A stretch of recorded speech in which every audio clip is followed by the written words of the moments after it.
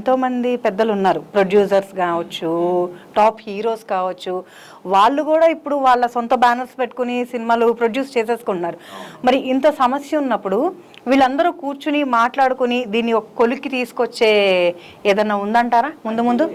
ఈ సమస్య హీరోలకి సంబంధించిన సమస్య కాదు ఇది.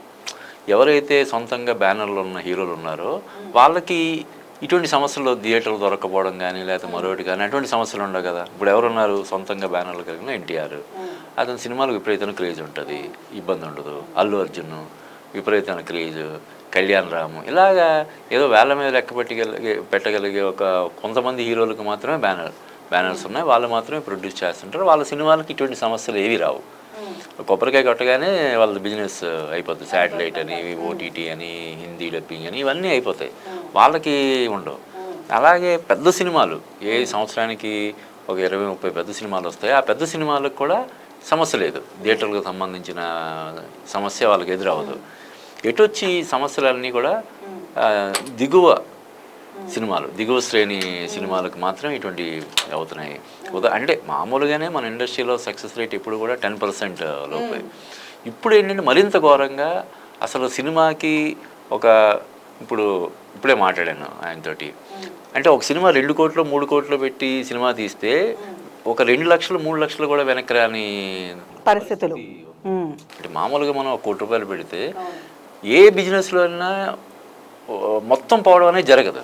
ఇందులో ఏంటంటే మన చిత్ర పరిశ్రమలో వస్తే 2 కోట్లకి 20 కోట్లు రావచ్చు, లేకపోతే 2 కోట్లకి మళ్ళీ ఇంకో 20 లక్షలు అదనంగా పోద్ది. 2 కోట్లు పెట్టి సినిమా తీశారు, ఆ సినిమాని విడుదల చేయాలంటే కనీసం పబ్లిసిటీ అని, థియేటర్లని, అదని ఇదని దానికి 20 లక్షలు. అంటే సినిమాకి తీసిన డబ్బుతో పాటు దాన్ని విడుదల చేయడానికి. ఇప్పుడు సినిమా తీసి ఇంట్లో పెట్టుకోలేరు కదా, అందరూ అడుగుతూ ఉంటారు ఏంది నీ సినిమా ఎందుకు ఆగిపోయింది, అసలు ఏం జరిగింది అని అంటుంటారు. చచ్చినట్టు రిలీజ్ చేసుకోవాలి, 10 లక్షలు 20 లక్షలు తీసుకొచ్చి దాన్ని రిలీజ్ చేసుకోవాలి. అంటే టోటల్గా ఈ 2 కోట్లు ప్లస్ 20 లక్షలు, 2 కోట్ల 20 లక్షలు నష్టపోతారు.